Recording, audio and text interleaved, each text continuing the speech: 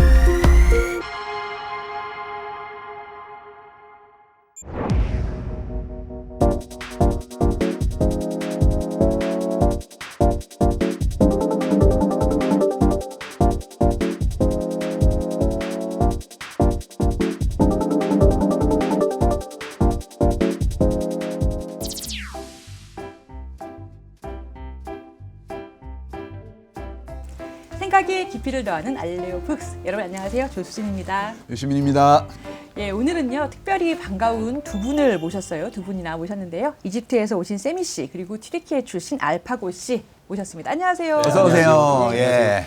알레오 북스에는 처음 모셨잖아요. 예, 그렇죠. 예, 두 분 저희 시청자분들께 인사 부탁드립니다. 아주 간단하게 자기소개 부탁드려요. 안녕하세요. 저는 이집트에서 온 쌤이라고 하고요. 한국에 온 지 지금 12년 됐습니다. 한국어를 전공했고 한국에서 이제 통번역도 하고 아랍어를 가르치고 있고 이집트 중동 관련 문제에 대해서 이야기하고 다니는 사람입니다. 네, 잘 부탁드리겠습니다. 네. 안녕하세요. 저 한국에 온 지 20년 넘었고요. 저 사실은 하파 한국인이에요. 귀하셔. 엄마는 이제 튀르키예 분이고 아빠는 튀르키예 분이에요. 인생의 반 이상을 한국에서 보냈기 때문에. 네. 이제 어떤 성격인지 아시죠? 네. 초반부터 노제. 그리고 저는 2010년부터 2016년까지 외신 기자였다가 다음에 이제 좀 약간 프리랜서로 활동하고 있어요.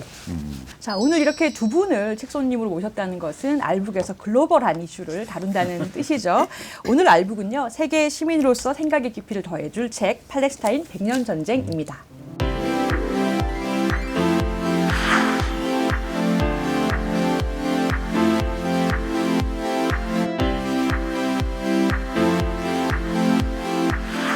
(2023년 10월에) 그 하마스의 이스라엘 침공으로 이스라엘 팔레스타인 5차 전쟁이 시작이 됐어요. 그 뒤에 가자 지구의 참혹한 피해 상황이 연일 전해지면서 어느 때보다 이 문제에 대해서 관심이 높아지고 있는데요. 이집트에서 오셨고 튀르키예에서 오셨고 근데 바로 옆 나라잖아요. 지리적으로 팔레스타인 이스라엘하고 바로 옆이기 때문에 뭐 역사적으로도 그렇고 저희보다 이 이슈에 대해서 훨씬 더 가깝게 느껴질 것 같은데 요즘에 이 상황을 보실 때 좀 어떠세요?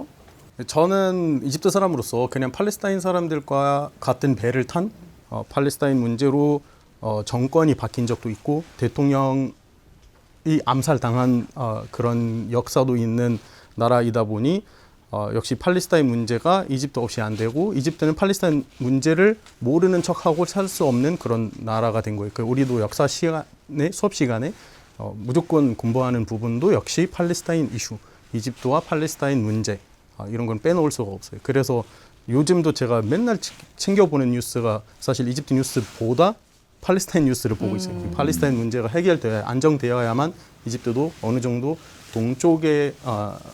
동쪽에서 좀 안정성을 찾을 수 있다고 생각하고 있기 때문에 우리는 맨날 가까이서 보고 있습니다. 한국 가서 이렇게 오래 살면서 특히 최근에 가자지구를 네. 이스라엘이 공격하는 이 사태를 보면서 한국 사람들의 팔레스타인 문제에 대한 생각, 인식 이런 것들에 대해서 좀 어떻게 느끼셨어요?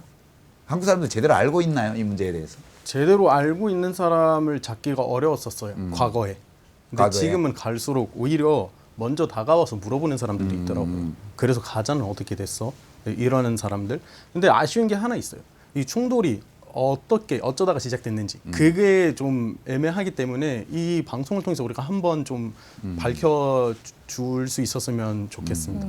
이 책 저자에 대해서 먼저 알고 시작해야 되는 것이 이 사람은 사실은 예루살렘에서 뭐 시장도 지내고 이런 팔레스타인 명문가 출신 네. 그런 후손입니다. 그래서 이 사람이 팔레스타인계 미국인이어서 국적은 미국인데 사실은 팔레스타인 사람들의 시각으로 책을 전체적으로 네. 쓰고 있어요. 네. 이 팔레스타인 문제를 볼 때 등장하는 국가나 사람이 너무 많고 네. 이제 그러다 보니까 그동안 너무 헷갈렸었는데 이 책이 좋았던 것은 어쨌거나 하나의 관점으로 처음부터 끝까지를 쫙 뚫어주니까 아 이런 줄거리구나 네. 이거를 좀 알려주는 게 굉장히 좋더라고요. 그리고 이 책이 제가 이제 팔레스타인 관련 책은 여러 개를 봤는데 약간 누구 생각이 났냐 하면 우리 구한말 일제강점기에 박은식 선생 생각이 났어요. 한국 통사, 한국 독립운동지 혈사 이런 책들이 있죠. 아마 예. 시청자 여러분들 그 책 실제 읽어보신 분이 별로 없을 텐데요. 그 통자가 앞을통. 앞을 통자예요. 예. 그러니까 원래 한국 통사로 초판본을 썼고 그다음에 중국에 망명해 있으면서 그 개정판으로 뒤에를 더 붙여 쓴 게 이제 한국 독립운동지 혈사거든요. 혈사는 피혈자가 붙어 있죠. 그러니까 우리가 우리의 독립을 위해서 싸우는 과정에서 정말 엄청난 고통을 겪은 역사고 피로 쓴 역사다. 이런 관점에서 그 당시에 진행되고 있던 역사적 사실을 기록한 책이거든요. 예. 그러니까 제가 이걸 읽으면서 되게 마음이 아팠어요. 같은 느낌일걸요. 예. 자기도 피해를 입은 사람 입장에서 자기 역사를 기록한 그런 그렇죠. 책이기 때문에 팔레스타인 사람의 눈으로 팔레스타인 사람이라는 입장에서 팔레스타인 문제가 처음에 어디에서 시작되어서 요 몇 년 전까지 이번 전쟁 가자지구 전쟁 터지기 전까지 2020년 그 전까지 상황이에요. 네. 아 당사자의 입장에서는 이 문제들을 이렇게 볼 수 있겠구나를 느끼게 해준 책이에요. 그래서 그리고 이분이 공부를 많이 한 분이어서 굉장히 절제해서 그 문장을 기술해놨어요. 감정은 전해져 오지만 당대사, 현재사를 기록하는 어떤 필치로서는 굉장히 차분하고 절제된 그런 교수예요 이분이. 아직도 강의를 하니까 내 학교에서는 그럴 수밖에 그렇죠. 없어요. 네. 제가 굉장히 책을- 일목요연하게 팔레스타인 문제를 알 수 있는 책이에요. 맞습니다. 그럼 오늘은 언론인 알파고 씨 그리고 이집트에서 오신 세미 씨 모시고 이 팔레스타인 출신의 이 저자가 쓴 책을 가지고 팔레스타인 분쟁의 본질을 한번 탐구를 해보겠습니다. 책 갈피를 잡다 책갈피.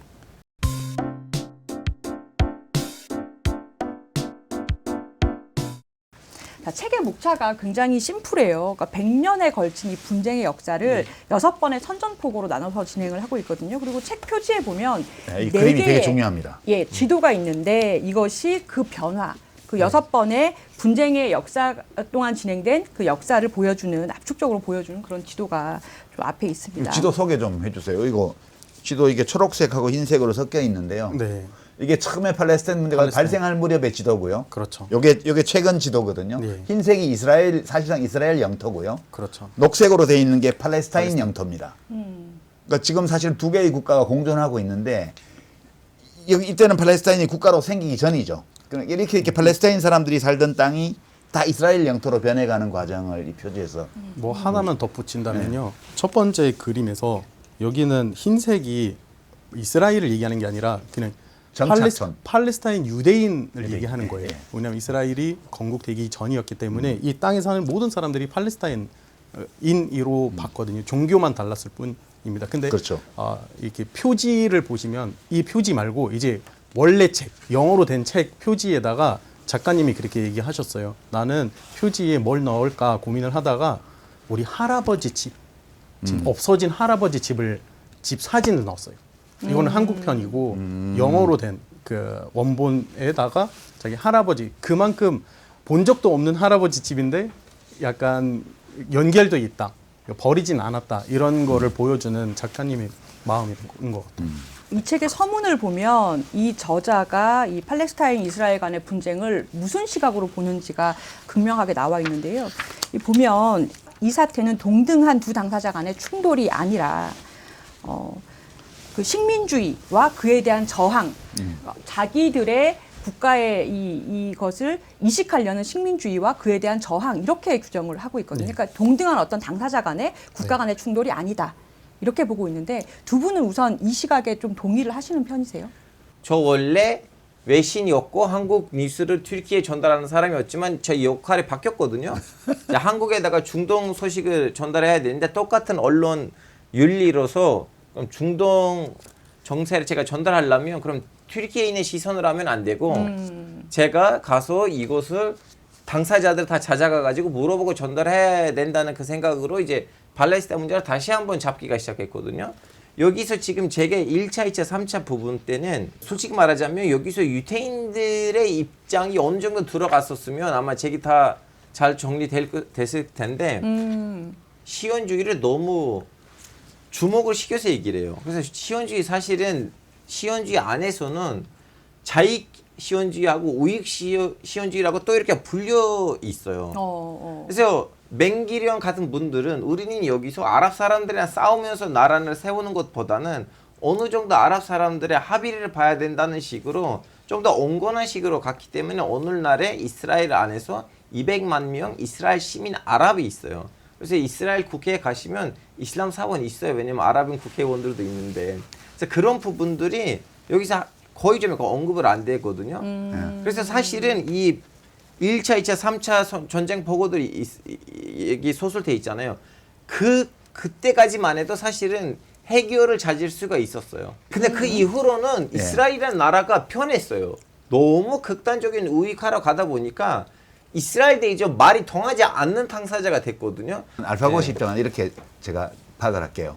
1970년대 말 80년대 초까지는 이제 이스라엘의 입장이 다소간에 하나로 정리되어 있거나 혹은 완전 극우화되어서 과격한 대로 가지 않았을 때였기 때문에 그거에 대한 서술도 좀 있었으면 좋았을 텐데 그게 빠져 있는 점이 좀 아쉽다. 이제 그 뒷부분으로 가면서부터는 이 후반부는 뭐 대체로 동의한다 이런 입장이신데 그 제가 팔레스타인 사람 입장에 쓴 책이라고 이미 말씀드렸어요. 기자가 쓴 책이 아니라 세미 씨가 이거에 대해서는 좀 할 말이 있을 것 같아요. 그죠? 1970년대 이전이든 이후든 이미 처음부터 1917년부터 잘못됐기 때문에 지금도 잘못됐다. 이게 아랍인들의 입장이고 저도 이 저자와 똑같은 입장이에요. 잘못됐기 때문에 지금 고칠 방법은 일단 뒤돌아가서 원인부터 찾아서 해결해야 된다. 두 분의 이제 생각이 좀 다른 거는 세미 씨는 이제 이 박은식 선생 입장에서 보는 거예요. 이거를 조선 독립운동지 혈사예요. 이게 한국 통사예요. 이게. 그러니까 팔레스타인이 어떻게 해서 이렇게 됐는가를 다 기록한 책이니까 당사자 입장에 쓴 게 맞죠. 근데 알파고 씨는 약간 거리가 있어요. 언론인으로서. 그러다 보니까 이 사태를 좀 객관적으로 보려고 하는 거죠. 이제 그렇다 보니까 시각 차이가 있는데요. 아주 멀리 떨어진 나라에 살고 있는 제가 이해하는 바로는 이래요. 이제 유대인들을 2000년 동안 차별했어요. 유럽의 기독교인들이. 맞아요. 팔레스타인 문제는 유럽인이 만든 문제예요. 맞아요. 뭐 게토 같은 거 만들어서 거기 모여 살게 하고 툭하면 죽이고 쫓아내고 재산 뺏들고 이렇게 2000년 동안을 박해를 하다가 19세기에 들어와서 이제 오스트리아나 이제 프랑스나 이런 데에서부터 유대인들에 대한 법적 차별을 철폐하기 시작했어요. 근데 이게 1894년도에 프랑스에서 드레피스 사건이라고 죄 없는 유대인 대위를 간첩으로 독일 간첩으로 몰아서 박해한 사건이 생기면서 이걸로 프랑스 사회가 두 쪽으로 갈라졌습니다. 그때 테오도르 헤르tzl이라는 비엔나에서 나오는 이제 신문의 특파원이 그걸 취재하러 파리에 왔다가 놀란 거예요. 프랑스는 인권 선진국으로 알고 있었는데 아니구나. 여기를 와봤더니 유대인 죽이라고 막 폭동이 일어나고 막 난리예요. 그래서 충격을 먹은 거죠. 그래서 헤르tzl이 뭐라고 정리를 했냐면 그 유대 국가론을 씁니다. 돌아가서 2년 후에 그 책을 내는데 자기가 목격한 최근의 유대인 차별은 과거와 다르다. 유럽에서 유대인들이 발을 뻗고 사는 건 불가능하다고 본다. 그래서 우리 유대인의 나라를 따로 만들어야 된다.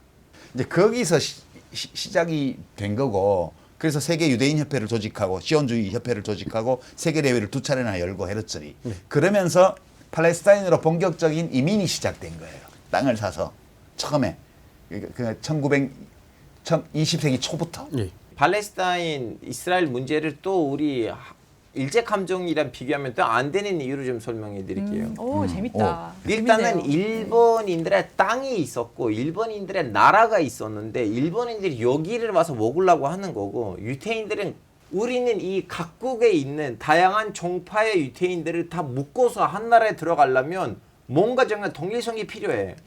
야, 그러면 예루살렘으로 가자. 왜냐하면 의미가 있잖아. 예전에 거기에 솔로몬의 신전도 있었고. 3000년 전에. 예, 3000년 전에. 그게 말이가 된다. 그래서 사실은 이분들은 뭐라고 해야 되나? 명분이 있는 거네요. 명분이 있는 거예요. 그래서 징계.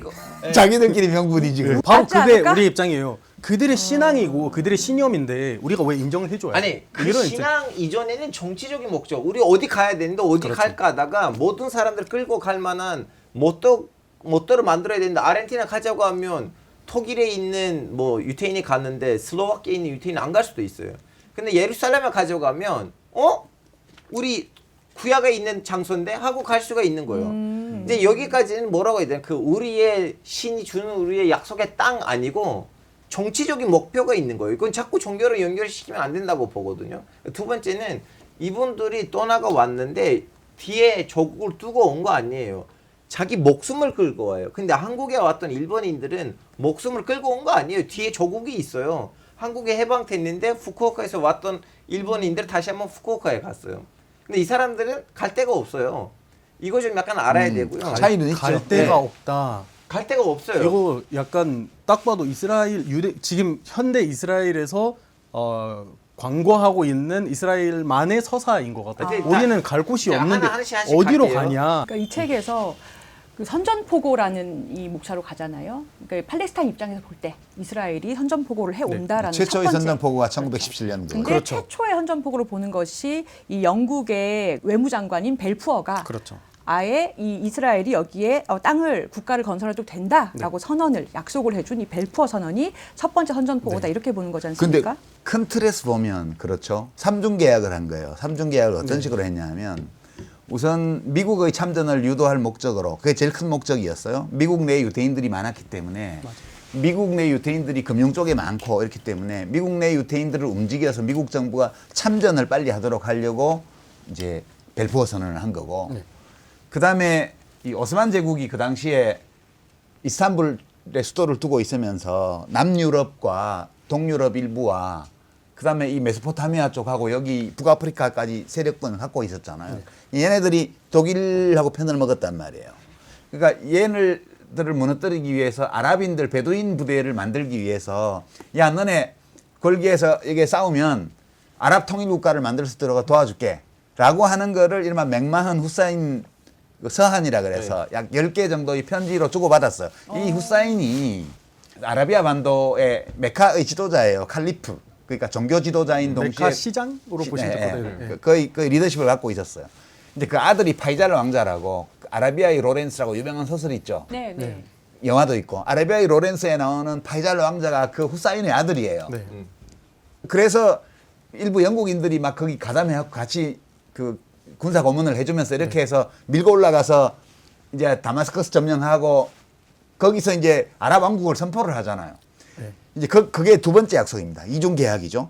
한쪽에는 이스라엘 유대인 국가 그것도 세워준다고 만들어주겠다. 해주고 한쪽에는 네. 아랍 통일국가 아랍- 만들어주는데 도와주겠다 그러고 그리고 프랑스하고 영국군의 실무자들하고 러시아하고 세 군데서 만나가지고 중동을- 그 피코 사이크스 협정이라는 건데 실무자들 이름 붙여가지고 터키 쪽은 이제 러시아가 먹고 네. 그쪽 그 위쪽은 그다음에 이제 이쪽 오른쪽은 이제 프랑스가 먹고 그럼 맨 아래쪽은 영국이 먹고 그래서 이제 팔레스타인을 포함한 이쪽은 영국이 먹기로 네. 자기들끼리 또 합의를 한 거예요 삼국 간에. 아니 그러면 영국은 3주체하고 다 그렇죠. 다른 내용으로 지금 약속을 한 거네요. 부동산 사기를 친 거지. 네. 그러니까요. 그러니까 지금 이스라엘에는 너네가 나라 세워도 돼라고 선언을 하고 그것도 외무장관이 그래놓고는 후세인하고는 아랍인들하고 또 너네가 세워도 돼라고 약속을 하고 그 다음에는 프랑스하고는 또 뒷거래를 하고. 뒷거래 러시아까지 포함해서 네. 그렇게 해서 실제로 어떻게 됐냐면 전쟁이 끝날 무렵에 프랑스하고 영국이 나눠 먹어요 그거를.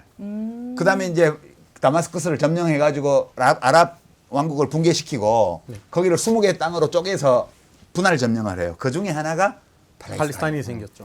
이제 그게 문제의 출발이에요. 아니 그러면 사실은 우리가 보통 미국이 뭐 어떻게 해가지고 굉장히 나쁘다 이렇게 인식을 아니요 많이 미국 하는데 아니에요 영국이에요 영국. 사실은 미국이 60년대까지 영- 관심이 없었어요. 영국이 이 사태를 만든 가장 나쁜 주체네요. 영국이 만든 문제라니까. 미국은 2차 대전부터 이렇게 네. 등장했고 그 전까지는 영국이 그 악당을 담당하고 있었어요. 지금도 중동 아랍 국가들의 국경만 봐도 다 직선으로 그려져 있거든요. 이거 바로 사이케스와 비코가 그냥 테이블에 앉아서 그린 예, 국경들이. 그러니까 영국하고 프랑스 실무자들이 앉아가지고 지도 놓고 끈 거예요. 이게 여기는 니네 안타까운- 먹어, 여기는 우리가 먹어 이렇게. 그렇죠. 안타까운 게 그 시대에 그 오스만 제국이 이제 멸망하고 이렇게 막 근대화가 되던 시절에 20년대 초반에 이집트도 네. 신생 독립국이 됐었고 티르크의 공화국도 탄생을 했잖아요. 근데 팔레스타인만 유독 가나안 땅에 있어서 이 문제에 휘말리게 된 것 같아서 좀 안타깝네요. 원래 팔레스타인이라는 그 동네는 오스만 제국 때 시리아이라는 현의 일부예요.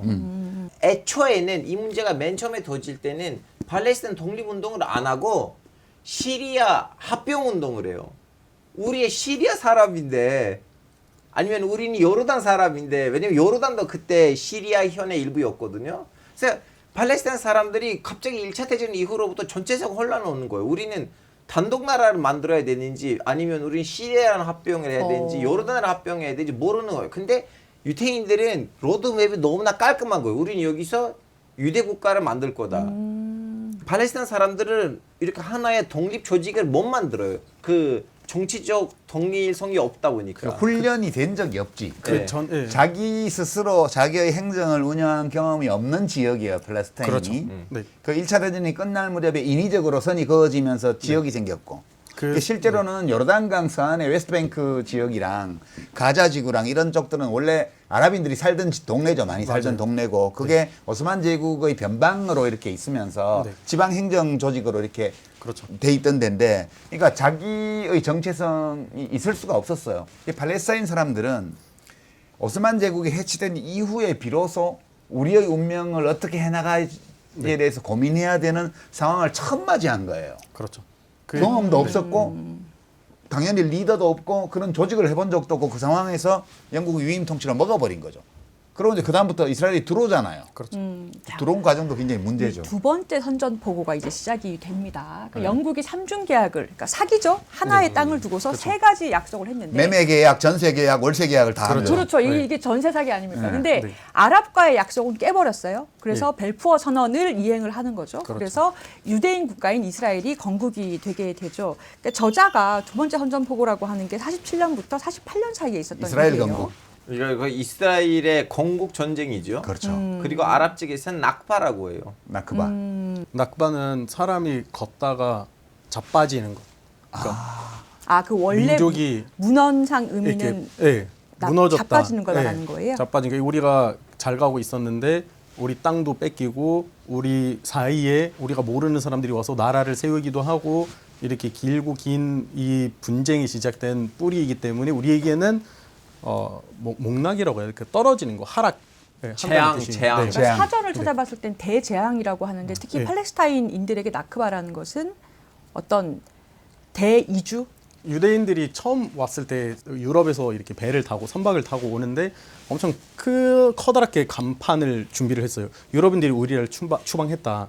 여러분은 여러분이 우리의 마지막 희망이다. 이렇게 빌면서 들어왔어요. 그때 환영을 받았었어요. 근데 들어와서 이렇게 땅도 매입하고 넓게 넓게 미입하고 그러는데 갑자기 어느 날부터 우리 옆 땅도 뺏으려 그래요. 그럼 저항하면 나가 하고 무기를. 그 영국이 그때 잠시 다스렸잖아요, 거기를.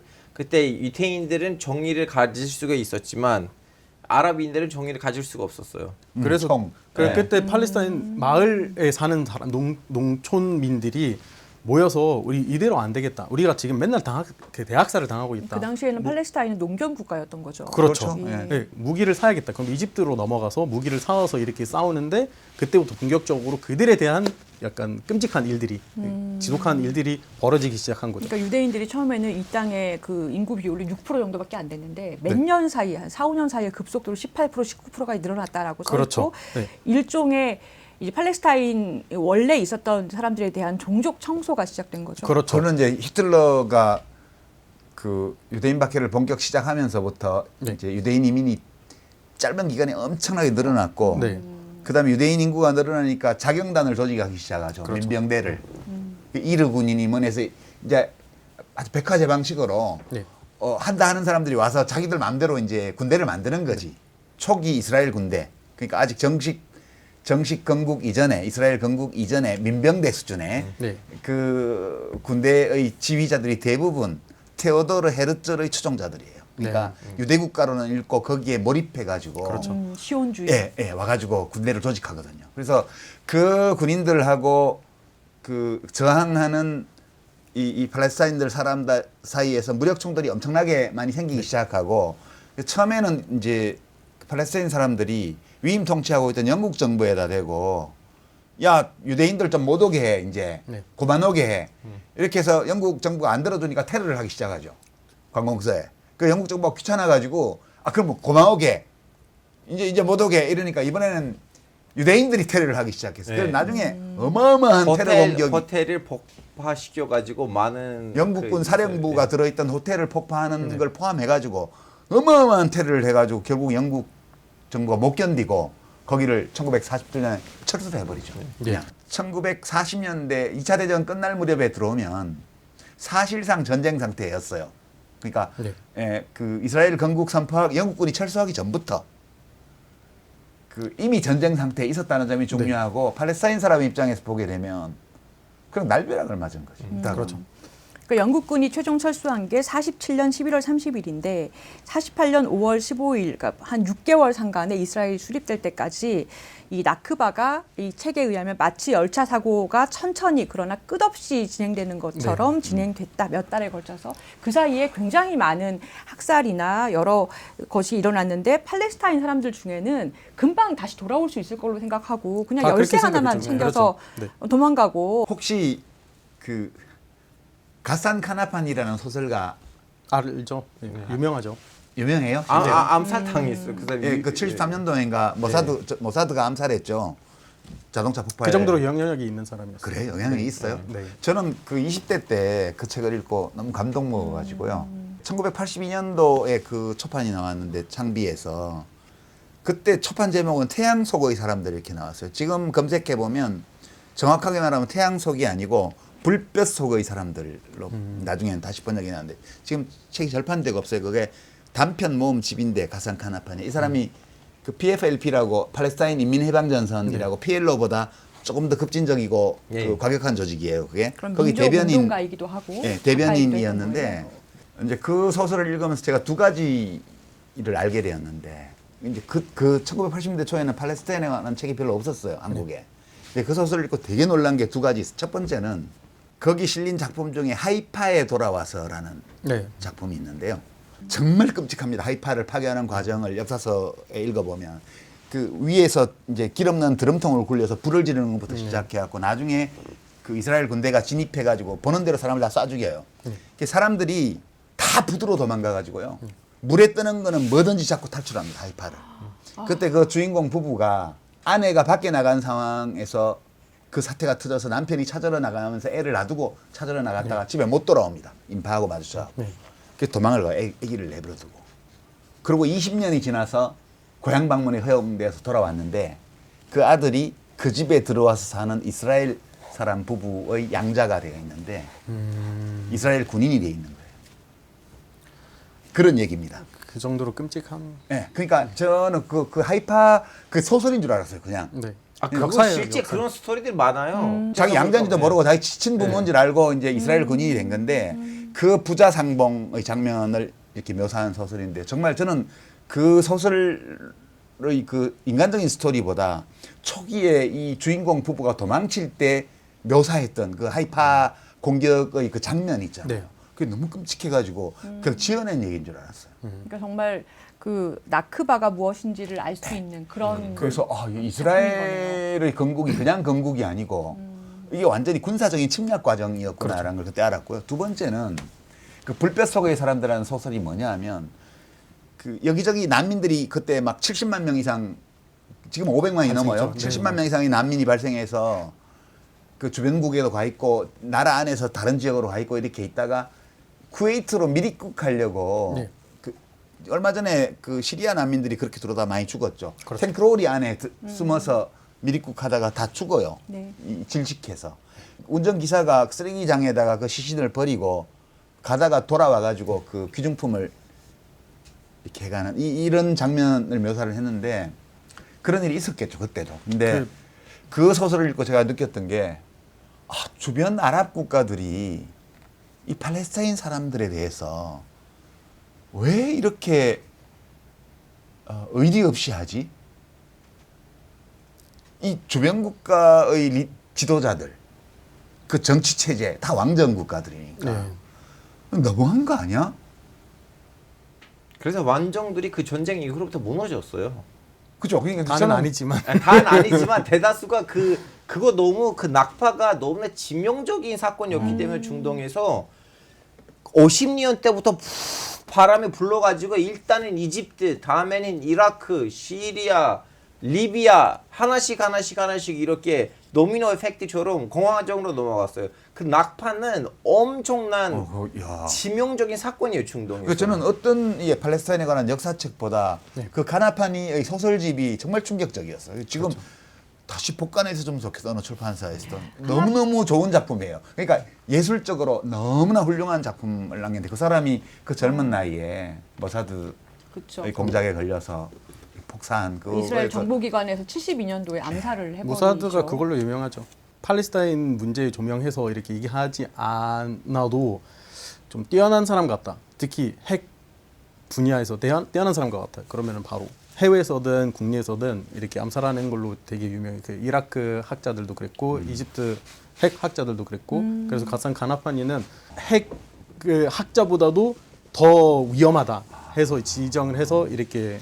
정말 암살했는데 탁월한 소설이었어요. 가나파니를 모르는 아랍인이 없을걸요? 제가 40년이 넘었는데 그때 받았던 그 정서적인 충격이 생생하거든요. 출판사에서 이걸 보고 계신다면 다시 이제 복간을 좀 해주시면 70년대 이스라엘 총리직을 맡았던 골다 마예르라는 여성 골다 메이어. 있는데 예.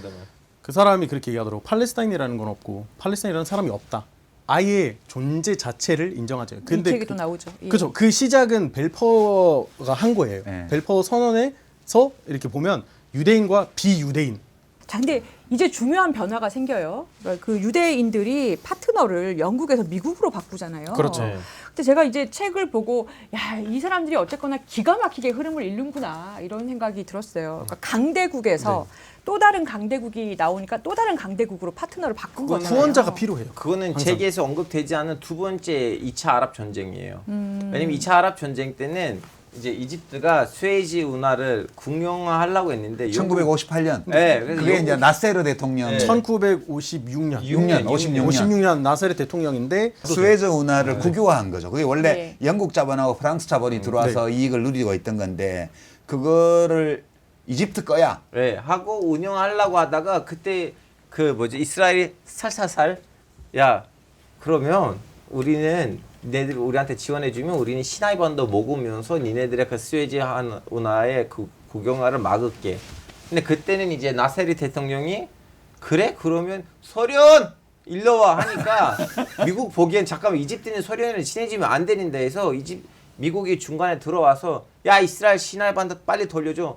프랑스, 영국, 얘들 여기서 무슨 값인 거야? 야 나가. 하고 그때 시나이 반도를 다시 돌려줬어요. 그때 미국이 잠시 그때부터 정의의 미국이- 사도 같았어요. 예. 아. 근데 그때 이제 이스라엘이 우리는 이제 영국이랑 놀면 안 되겠네. 안 되겠어. 우리 미국이랑 놀아야 돼. 그래서 그거는 미국이 아랍이 소련이랑 친해질까봐 아랍의 편을 들 것 같아서 우리는 미국을 앞서야겠다. 그래서 그 전쟁이 이스라엘이 영국에서 미국으로 갈아타는 데 있어서 엄청 큰 역할을 했어요. 근데 중동 전쟁이 우리가 이제 여러 차례 있었잖아요. 1차 중동전은 이스라엘 건국되면서 아랍연합군이 들어와서 싸우는데 형편없이 져요 이스라엘한테. 게임도 안 돼. 무기도 빈약하고 뭐 네. 지휘 체계도 엉망이고 뭐 전투 의지도 별로 없고 그래서 팔레스타인은 자체로서 저항할 힘이 없었고 주변의 아랍 국가들이 개입해서 전쟁을 했는데 완패하죠.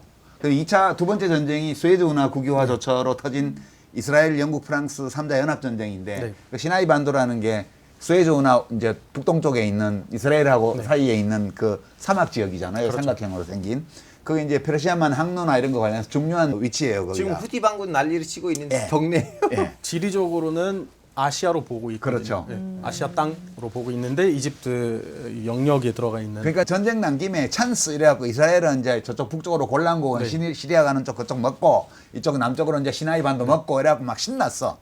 신났는데 일주일 만에 완전히 박살내고 다 점령했는데 스웨즈도 막 스웨즈 운하에도 막 항공기로 와가지고 공수부대 투입하고 네. 다 끝났는데 미국이 갑자기 유엔 결의안 유엔 총회 소집해갖고 막 규탄 결의 내고 막 네.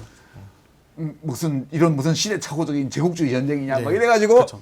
결국은 전쟁에 이겨놓고 프랑스 영국은 이권 포기를 다 했고 이스라엘은 영토를 점령기를 돌려주고 그렇죠. 이스라엘이 또 다른 목표가 있었던 게 그 전까지 우리 모든 아랍 국가의 관심은 팔레스타인 이스라엘 분쟁이었는데 네.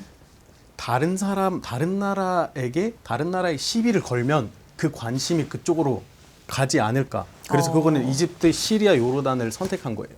너무 나한테만 집중하는, 팔레스타인에만 집중하지 말라. 그래서 이스라엘이 어떻게 보면은 성공한 거예요. 몇 년 뒤에 또 다시 공격을 하면서 이제 아랍 국가와 이스라엘의 분쟁이 됐지 팔레스타인 이스라엘 분쟁이 되지 않았어요. 더 이상. 그러네요. 팔레스타인 문제 자체를 없애버린 거죠. 그렇죠. 외견상. 네. 이제 맞아요. 세 번째 전쟁이 일어납니다. 세 번째 선전포고로 넘어가 보면은 1967년이에요. 그러니까 3차 중동 전쟁인데 결국에 그 땅들이 이제 다 이스라엘이 다시 점령을 하게 되는 네. 거예요. 근데 이 3차 중동 전쟁을 볼 때 그 선제 공격을 해서 6일 만에 거의 속전속결로 끝내버렸는데 거의 뭐 이스라엘이 그동안 못했던 것을 완전히 끝내버리겠다. 팔레스타인이라는 나라든 그 사람들을 완전히 없애버리겠다는 듯이 그렇죠. 보였어요. 네, 맞아요. 그때 이집트와 시리아에 대한 그 선제 공격을 했는데 제가 그거에 대해서 읽을 때마다 읽거나 이제 뭐 그 증언들을 들을 때마다 마음이 아픈 게 굉장히 최근 일이죠. 67년이니까. 그렇죠. 그때 있었던 담당자들, 관계자들도 아직 살아있는 사람 많아요. 이거는 진짜 이집트에서는 좀 약간 건들리기 너무 예민한 문제인데 이제 역사 흐름을 보시면 가자 지구하고 수안 지구가 있잖아요. 가자 지구를 이집트가 관리하고 있었고 이집트 밑에 있었고 수안 지구는 요르단 밑에 있었는데 이제 67년쯤 되니까 이제 나세르는 이제 아랍 지도자로서 이제 이 문제를 이제 해결해야 돼요. 팔레스타인 문제를. 그래서 이제 빨리 이 이스라엘을 쫓아내자. 그리고 그때까지는 나세르는 진짜 이집트 군을 엄청 많이 발전시켰거든요. 비행기대 많이 사주고 이게 방공 미사일도 많이 사고 거의 좀 군대가 너무 잘 됐고 그래서 오케이 이제 됐다. 우리는 이 이스라엘 문제, 팔레스타인 문제 이제 해결하자. 힘으로 할 수 있다. 예, 이제 유태인들을 다 유럽으로 보내고 다시 한번 여기 이제 우리 아랍 땅으로 만들자. 그래서 이거는 이 작전 계획을 뭐 시리아란도 요르단에다 공유했고, 근데 이거 이제 이스라엘 쪽이 알게 됐어요. 거기서 큰 오산을 뭘 했냐면 이분들이 비행기를 새로 샀지만 비행기들이 아무런 그 뭐 보호대가 없어서 그냥 비행기는 볼밭 위에 있어요. 그래서 이스라엘이 먼저 공격을 하면서 모든 비행기들을 없애버렸어요. 경납고가 없었구나. 예. 예. 신기한 게 터키에서 역사를 그렇게 배워요? 그거 열어봐 맞아. 이거는 웬만한큼 6.25 전쟁에다가 한국 사람, 그게 일본 사람 모여서 저희가 얘기하는 것 같아요. 한때 오토만 투르크 제국 하에 있었던 왕국인데 항상 그런 그 취급을 받았거든요. 터키 사람은 시민이고 이집트 사람은 농민이다. 너는 아래 있다. 너는 그 그래서 들판에서 제가 얘기했던 그래서 이집트 지금 사람들이 예민하다고 하고 아니 받아들이지 들으니까 않는 아니야. 이 거봐 보세요. 지식들이 보세요. 다 있어요. 이 태도가 약간 유전인가 봐요. 너희들은 모르는 역사, 너희들의 역사를 너희들은 모르겠고 그럼 전 세계가 내가 아는 잘 알- 진실이에요, 두 분 이거. 아까 대기실에서 아니, 쿠키 같이 먹고 아니, 이거는- 형, 뭐 형님 이렇게 하셨잖아요. 이거- 지금 이집트 비행기가 불밭에 있다. 시나이 반도에 불밭이 없는데 사막인데. 사막에 있다 그러면 이집트 모든 비행기는 그 6.1 전쟁 첫날은 점멸돼요. 그러니까 이건 이제 이거 진실이에요, 이스라엘이 이거. 선제 공격을 할 때 네. 이제 이집트의 전력을 파악을 했겠지. 그냥 하진 않을 거니까. 그래서 우리가 이제 선빵을 매겼을 때 쟤네들이 카운터 펀치를 칠 수 있는 무기가 뭐 있냐 네. 검색해 본 다음에 우리 공군으로 저쪽 공군을 먼저 아작내자 예. 이렇게 해서 집중 공격을 했겠지. 팔레스타인 입장으로 다시 돌아와 볼게요. 그러니까 3차 중동 전쟁이 이스라엘이 팔레스타인하고 이스라엘에 너무 집중된 이복을 막기 위해서 아랍 국가들을 이집트, 요르단, 시리아 상대로 공격을 하고 6일 만에 승리를 합니다. 그러니까 동예루살렘, 뭐 서안 지구, 6일이라고 가자 하지 지구. 마세요. 기분 나쁘더라고요. 아니 60일이나 6일 아니 6년이라고 이름, 하세요. 아니 아, 이게 이름은 6일 다- 전쟁이라는 거 우리도 알고 있고 네, 독일 점령을 전쟁이라고 했어요. 그거를 가리키는 또 다른 명칭이 있어. 우리가 나크바를 배웠죠. 이거는 나크사라고 해요. 나크사. 그래서 이집트 역사에서도 낙사는 사람이 퇴보하는 거. 물론 약간 패배를 좀 예쁘게 표현하려고 하는데 그래도 그 명칭이 있어. 그 슬픈 명칭이 있고 우리가 졌다는 거를 다 알고 하지 있잖아요. 마시고 정말 최근에- 낙사라고 하세요. 최근의 일인 게 네, 느껴져요. 그리고 6.1 전쟁이라고 하는 그 모든 이집트 사람 다 알고 있어요. 자, 근데 팔레스타인의 입장으로 다시 돌아와서 보면 이 일이 이스라엘이 생각할 때는 늙은이들은 죽고 젊은이들은 다 잊어버릴 것이다라고 네. 생각을 했는데, 그러니까 벵구리온이 한 말이라는데 그런 일은 일어나지 않았잖아요. 맞아요. 팔레스타인 사람들의 오히려 그 정신을 되살리고 그 사람들의 전투력을 살리는 결과를 가져왔다면서요. 그렇죠. 역효과가 왜냐하면 났다면서요. 팔레스타인들이 이제 전체적으로 이스라엘 밑으로 들어갔어요. 예전에는 가자 지구는 이집트가 관리했기 때문에 팔레스타인 사람들은 가자 지구에 있는 팔레스타인 사람들은 이스라엘 지배를 받지는 않았어요. 아, 그리고 소안 지구에 있는 사람들은 요르단 관리 밑에 있었기 때문에 그 소안 지구에 있는 팔레스타인 사람들은 이스라엘 지배를 받지 않았고 그냥 이스라엘이 우리의 그 땅을 가지고 갔지만 여기 있는 사람들은 그래도 이스라엘 지배를 안 받아요. 근데 6.1 전쟁으로 소안 지구는 요르단 밑으로 빠지고 이스라엘 밑으로 들어갔고 그리고 이집트가 관리하고 있는 가자 지구는 이집트 밑으로 빠지고 이제 이스라엘 밑으로 들어갔기 때문에 진짜 이제 모든 팔레스타인 사람들은 이스라엘의 지배를 받는 거죠. 그 이스라엘 건국후에도 전쟁은 계속 일어났지만 일상생활에서는 덜 느꼈는데 이 3차 중동전이 이제 더 이상 도망갈 곳이 없게 만든 측면이 있어요. 이 팔레스타인 사람들로 하여금. 이제 이스라엘에 대해서 내가 직접적으로 우리가 조직을 만들고 총을 들고 저항하지 않고는 이 압력에서 나의 삶을 지킬 수 없겠구나라는 자각을 가져다 준 사건이 이 3차 중동전. 아니, 그래서 이 시기에 항공기 납치 테러라든지 아니면 엄청나게 영화에서도 나오는 뭐 검은 9월단 같은 뭐 그런 활동이라든가 72년 미넨 올림픽 때. 예. 그렇죠. 그리고 카나파니 같은 지식인들이 활동한다든가 이런 일이 다 벌어진 시기죠, 그죠? 이유가 있죠. 관심을 끌려고. 전 세계적으로 이제 사건들이 벌어지고 있고 전쟁들이 벌어지고 있으면 팔레스타인이 잊혀질까봐. 사실 10월 7일 사건도 목표가 그거였어요. 사실 팔레스타인을 해방시키겠다 이건 아니고 나 좀 보소 이런 느낌. 우리 이 문제로 그렇죠. 우리 고통받고 있어요를 그렇죠. 얘기하는 거죠. 솔직히 그러니까 그거 일반 아니었으면- 대중들이 아는 거는 거기서부터인 것 같아요. 네. 근데 저자가 이 3차 중동 전쟁 자체가 아니라 그 후에 나온 안보리 결의안을 훨씬 더 심각한 그 선전폭으로 보고 있어요. 그러니까 사실은 저도 사이. 얘기하자면 결의안은요 어떻게 보면 마지막 탈출구였어요. 그 결의안이 뭐냐면 그 이스라엘이 빨리 소안 지구하고 가자 지구를 철수하고 그리고 든든한 국경을 만든다라고 했는데 이집트도 요르단도 찬성했어요. 새로운 분할 아니죠. 그게 예. 팔레스타인에 대한 새로운 분할안을 그렇죠. 유엔에서 만든 거예요. 아까 그래서 우리나라 같으면은 뭐 이거예요, 38선 이거. 같은 그런 거를 그은 그런 예, 결의안인 이거예요. 거예요. 이걸 하자고 했어요. 그 242 조항이 그 네. 유엔. 이사이 그냥 랑 듣기에는 그러면 좋은 338. 결의안 같은데 그렇죠. 이게 왜 더 문제죠? 자, 그건 이제 우리 외국인들의 입장이에요. 오. 이집트나 요르단의 입장이에요. 근데 팔레스타인 사람들 보기에는 야 잠깐만, 우리는 이걸 안 받아들이고 전쟁을 시작했는데 이걸 받아들이라고? 아, 20년 전에는 우리는 전체 주인이었는데 우리는 이걸 받아들이지 않아서 저항을 했는데 이걸 받아들이라고? 근데 그때는 이집트도 요르단도 애들아, 국제 정치는 지금 꺼였어. 우리 아랍 사람들 뭐 할 수가 없으니까 일단 이걸이라도 받아들여라 했는데 이번에 이제 팔레스타인 독립 기구들 있잖아요. PLO라든가 다. 네. 그분들 아니야 우리는 이걸 받아들일 수 없다고 해서 끝까지 싸우겠다고 했어요. 그때 이스라엘도 인정했거든요 이걸. 신기하게도. 지금까지 문제가 되는 게 그렇군요. 1967년 국경으로 두 국가 해법을 착용해서 나라를 세우자 하는데 아직 두 팀이 양측에서 반대를 하고 있기 때문에 이루지 못하고 있는데 지금 팔레스타인 PLO를 대표하는 중동에서는 팔레스타인 대통령, 네. 팔레스타인 정부에서 그 해법이라도 하자. 그래서 이집트가 지금 진작하지 이러고 있어요. 네. 그러니까 이게 이제 1948년도 유엔 결의안이 있었고, 그럼 3차 중동전 끝나고 나서 나온 이 결의안이 또 있잖아요. 예. 근데 이제 두 번 모두 거절한 거죠 팔레스타인 그렇죠. 쪽에서는. 맞아요. 받아들이긴 참 힘들었을 것 같아요. 왜냐하면 네. 우리가 수천 년간 살아온 땅인데 갑자기 뭐 자기네들 종교 경전과 관계가 있는 지역이라는 이유로 갑자기 이 사람들이 처음엔 땅 사가고 오기 시작하더니 그다음 총 들고 이제 이웃을 쫓아내기 시작하더니 그다음 나라 세우고 그럼 전쟁을 벌이고 우리 보고 다 나가라고 그래.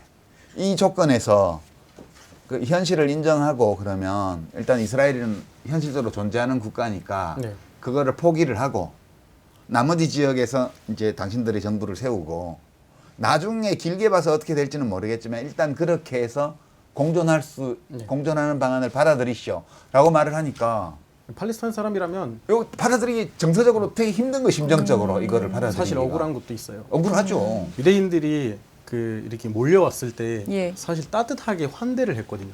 받아줬어요. 근데 그 옛날에 받아줬던 사람이 갑자기 이렇게 무기를 겨냥하면서 너 집에서 나가라고 하는 거를 동의하는 거, 나는 차라리 여기서 그냥 죽는 게 낫겠다. 이런 입장이에요. 사실은 유대인이 왜 이런 일을 벌이고 있나라는 점에 대해서 어떤 일이요? 본인들이 인종 청소를, 종족 청소를 당해봤잖아요. 독일로부터 홀로코스트를 당해서. 맞아요. 그러면 누구보다도 팔레스타인의 아픔을 이해할 법한 사람들이 왜 팔레스타인에서 그렇게 종족 말살을 벌이는가? 그럼 그것도 설명해야 돼요. 이게 왜 그거는 그런 거죠? 인종청사 당해서 왔던 유태인들 아니고 아무런 청소도 안 당하고 왔던 유태인들이에요.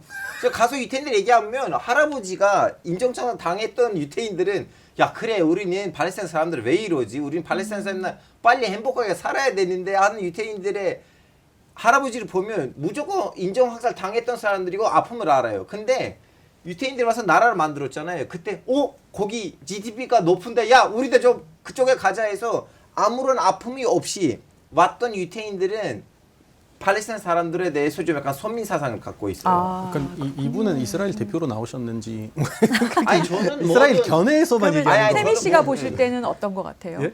세미 씨가 보실 때는 왜 그러는 것 같아요? 그 땅은요 미국이랑 호주랑 캐나다랑 그 이제 신세계 새로운 세계가 어떻게 어떻게 형성됐는지 모두 알고 있잖아요. 일단 기존 원주민을 다 학살. 말살시킨 다음에 나라를 세운다.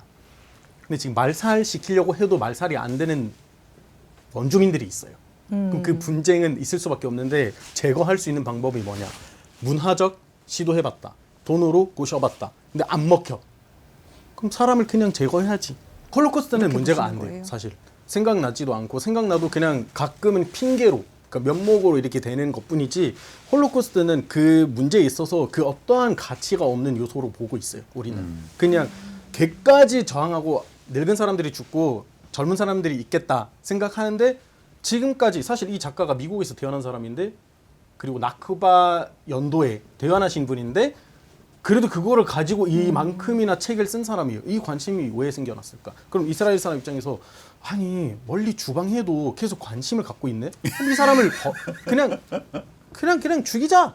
이런 방법이 아니면 저는 솔직히 이 점에서 이스라엘 편을 드는 건 아니지만 이스라엘에게는 이런 방법밖에 없는 것 같아요. 선생님 저는 한 가지 실제 있었던 일을 말씀드리고 다음에 유지학교마다 넘겨드릴게요. 저 지금 그 슬로바키아 이중국 쪽 아는 유태인 분이 있어요. 그 이스라엘 쪽에서 일하시는 분인데 근데 그분이랑 얘기하면 야 진짜 우리는 그때 오슬로 협정이 진짜 신의 한 수였는데 우리는 이 문제를 해결하고 이제 팔레스타인도 우리 이집트하고 요르단처럼 국경을 하고 이렇게 같이 좀 살 수가 있었는데 놓쳤다. 근데 이 사람의 할아버지는 진짜 학살 당했던 분이거든요. 근데 반면에 튀르키예에서 이민 가셨던 유태인 지인이 있는데 그분이 튀르키예에서 이스라엘에 간 지 얼마 안 됐어요. 15년, 10년 됐어요. 제가 한국에 더 먼저 왔거든요. 그 사람이 오랫동안 500년 동안 튀르키예에서 아무런 문제 없이 살았던 유태인분인데 튀르키예에서 요즘은 경제가 안 좋잖아요. 살기 좀 힘들잖아요.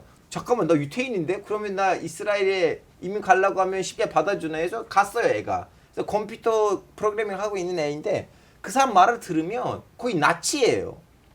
그리고 이스라엘 안에 있는 자위 계열 사람들 있잖아요. 그분들 시위하러 밖에 나가면 뭐 나타냐후 대보 운동하려고 하면 하해 운동하려고 하면 엄청 심한 욕들을 하고 거의 좀 약간 학살하자고 하거든요.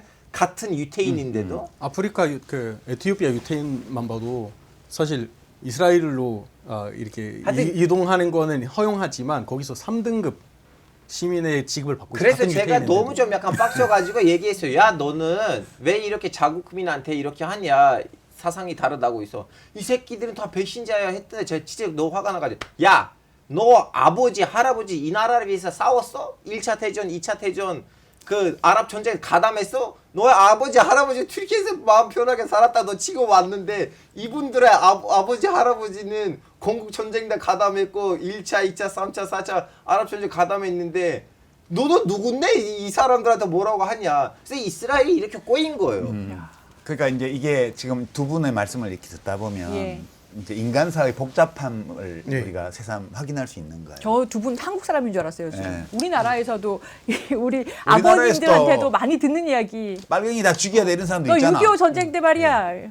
빨갱이 다 죽여야 돼라고 하는 사람들이 지금 이스라엘에 살면 아랍 놈들 다 죽여야 돼 이렇게 말하는 거예요. 그러니까, 아랍 놈뿐만 아니고 이티오피아에서 왔던 유태인들까지 죽여야 돼. 그러니까 이제 인간에 대한 생각, 사회에 대한 생각 이런 것들은 유전되지 않거든요. 생각은 우리가 세상과 인간에 대한 우리의 모든 인식은 태어난 다음에 얻게 되는 거잖아요.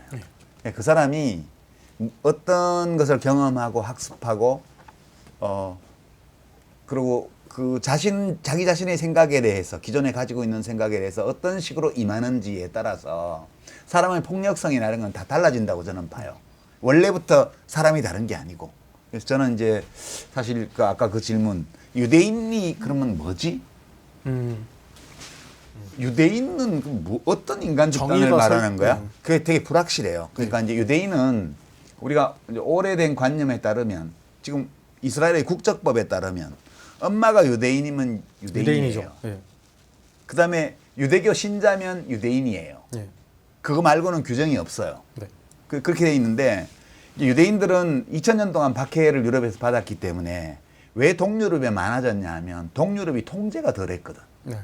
특히 비엔나의 합스부르크 제국에서 마리아 테레지아 그 여제 때부터 유대인들을 상대적으로 관대하게 대했단 말이에요. 네. 합스부르크 제국 영토에 유대인이 많았어요. 히틀러가 그걸 다 찾아서 죽이거든. 그게 아슈케나즘이에요. 그게 동유럽 유대인 대부분. 그다음 유대인이 많았던 게 이베리아 반도에 많았어요. 이베리아 반도는 거기가 무슬림이 들어와가지고 7세기에 점령을 했잖아요. 네. 그러니까 이슬람은 이교도에 대해서 관대해요. 네. 그러니까 강제 개종을 요구하지 않아요. 세금 잘 내고 법을 잘 지키면 네. 그냥 자기네 언어, 자기네 종교를 가지고 살도록 허용해 줬다고요. 그래서 이베리아 반도에 유대인이 엄청 많았어요. 근데 포르투갈, 스페인의 기독교도들이 레콘키스타라 그래가지고 다시 무슬림을 축출하고 이제 기독교 세계록을 복원하는 과정이 600년간 진행이 되는데 그게 14세기, 15세기에 끝나거든요. 그 지금 알함브라 궁정 있는 거기 마지막 왕조를 쫓아내고 그라나다. 나서. 네, 그라나다 네. 왕국 끝나고 나서. 그러고 나서 15세기 들어서 유대인을 박해를 시작합니다. 네. 엄청나게 죽여요. 그 바르셀로나의 몬주익 언덕 같은 경우가 거기 유대인 시체 버렸던 산 아니에요, 거기가. 네. 그래서 이베리아 반도에 있던 유대인들이 대거 탈출해가지고 다시 서유럽으로 가고 아프리카로 가고 막 다 갑니다. 흩어져가지고. 제일 많이 동유럽으로. 모로코하고 이스탄불에 와요. 그러면 우리가 아는 유대인은 유대교 신자니까 그 그리스도교 기독교 구약에 나오는 원래 히브리어로 써졌던 그 문헌들인데 원래 유대인들의 언어는 히브리어죠. 그렇죠. 근데 현대 유대인은 아무도 히브리어를 쓰지 않았어요. 몰라요. 전부 다 자기 동네의 언어를 썼죠. 이베리아 반도의 유대인들은 스페인어를 썼고 네. 카스티아어나 뭐 안달루시아어나 라틴도로 네, 그렇고 그렇죠. 그다음에 뭐 이탈리아에 있는 사람들은 뭐 이태리어 쓰고 저기 동유럽에 사는 사람은 독일어 쓰고 그렇게 살던 사람들을 이스라엘 건국을 하면서 불러 모으면서 고대 히브리어를 리노베이션 해가지고 현대 히브리어를 만들어서 그거를 공용어로 지금 사용하고 있잖아요. 어떻게 보면 인위적으로 만들어진 그렇죠. 국민이에요. 그래서 아랍어가 많이 들어가 있는 언어 같았어요. 아랍어도 많이 들어와 있고. 네. 이제 그렇게 해서 인위적으로 이걸 유지를 하고 있는데 어렵죠. 그러니까 유대인이 미국에 사는 유대인 숫자랑 지금 이스라엘 국민 숫자랑 비슷합니다. 네. 지금 한 800만 되나요? 하여튼 네. 그쯤 될 텐데 이스라엘에 살고 있는 유대인의 내적 구성이 너무나 다양해요. 그래서 이스라엘 유대인 국민들은 뭐다라고 하나로 규정하기가 굉장히 어려워요. 그 안에는 홀로코스트에 대한 기억을 계속 되새기면서 우리 자신의 내면에 있는 폭력성을 우리가 길들여야 된다고 생각하는 아주 지성적인 사람들이 있는가 하면 우리의 이익을 방해하는 자는 다 죽여야 되라고 생각하는 파시스트들까지 그 안에 다 있는 거예요. 네. 지금 이스라엘은 뭐냐? 극우 성향의 파시스트 성향의 정치 세력이 주도권을 완전히 가졌어요. 네. 최근 한 20년 넘게. 네. 그러니까 더 이상 정치적인 어떤 방법을 통한 또는 외교적 수단을 통한 문제 해결 이건 이스라엘에서 이제 말도 못 꺼내는 상황이 됐고 그러면서 이제 1980년대 이게 3차 중동전 끝나고 4차 때부터 이제 PLO를 중심으로 한 팔레스타인 사람들 자체의 조직된 힘으로 이스라엘에 대한 반격이 시작이 되고 주변 아랍 국가들의 국력이 신장되면서 4차 중동전부터는 3차 때와는 달리 이스라엘도 군사적인 그 타격을 많이 받거든요, 전쟁에서. 그래서 이제 이때부터 후반전이 시작되는 거다. 이게 80년대 들어오면서. 근데 이제 우리가 전반부에서 봐야 될 거는 이게 굉장히 부당한 일이었어요. 네. 유대인들이 폭력적인 방식으로 팔레스타인 땅을 차지하고 거기 국가를 세운 것은 네. 굉장히 어떤 면에서 보더라도 부당했고요. 네. 모든 나라들이, 모든 민족 집단, 모든 인간 집단들이 과거 자기들만이 믿는 어떤 종교나 역사나 이런 거에 의거해서 어떤 땅에 대한 영고권을 주장하면서 힘으로 그것을 차지하겠다고 대들기 시작하면 인간 사회는 그냥 3차 대전이 불가피한 거예요. 이것은 그 우리가 가지고 있는 문명의 규범에 비추어 볼 때 정당화하기 어려운 과정이었다. 네. 근데 그것을 이 저자는 식민주의라고 표현을 했다고 저는 받아들이고요. 동시에 우리가 이제 다음 주에 다뤄야 될 이제 문제들을 보기 위해서는 그럼에도 불구하고 이것이 현실이 돼 있잖아요. 이스라엘이라는 국가의 존재가. 이 현실을 완전 부정하는 것으로 문제 해결이 되냐 하면 또 아닌 것 같아요. 안 되죠. 네. 그래서 논리적으로, 규범적으로, 도덕적으로 보면 매우 부당하고 있으면 안 되는 일이 벌어졌지만 그 일이 이미 벌어져 있는 상황에서 계속 그것만 고집해서 문제를 해결할 수 있냐 하면 그건 아닌 것 같다. 그렇죠. 그러면 다음 시간에는요, 82년 레바논 침공으로 시작되는 이제 남은 세 번의 헌전포고에 대해서 계속해서 이야기 나눠보겠습니다. 끔찍하고 또 안타까운 이야기들이 많이 담겨 있기도 하지만 또 지금의 상황을 이해할 수 있는 굉장히 큰 도움이 되는 이야기들이 있으니까요. 다음 시간에도 꼭 함께 해주시기 바랍니다. 인사드리고 마치겠습니다. 예, 수고하셨습니다. 수고하셨습니다. 이게 1980년대 일제 인티파다가 민중봉기죠. 일정에 보면 3.1운동 같은 거예요. 이집트 군인들에게 야 땅을 파 묻어버린 거예요. 자살폭탄 테러가 시작이 됐어요. 팔레스타인 사람들 그 문제는 좋은 지도자를 못 만났어. 그렇죠. 아이를 안고 있는데 아이만 겨냥한 거예요. 아빠를 안 죽이고 일부러 아이를 죽었어요. 나 이걸 승인하면 하마스가 이 자리를 차지할 건데 안 돼. 야, 유대인들을 위한 나라를 세우는 것 자체가 잘못됐다. 너희들이 나라를 세워서 이런 꼴이 됐다. 아니야, 신이 우리 편이니까. 그러다가 옛날에 다 망했잖아. 보세요. 9개월, 네. 9개월. 3만 명 넘었어요. 네. 어린이만 15,000명 절단 수술을 마취 없이 하고 있어요. 이스라엘은 내부에서 사라질 것이다.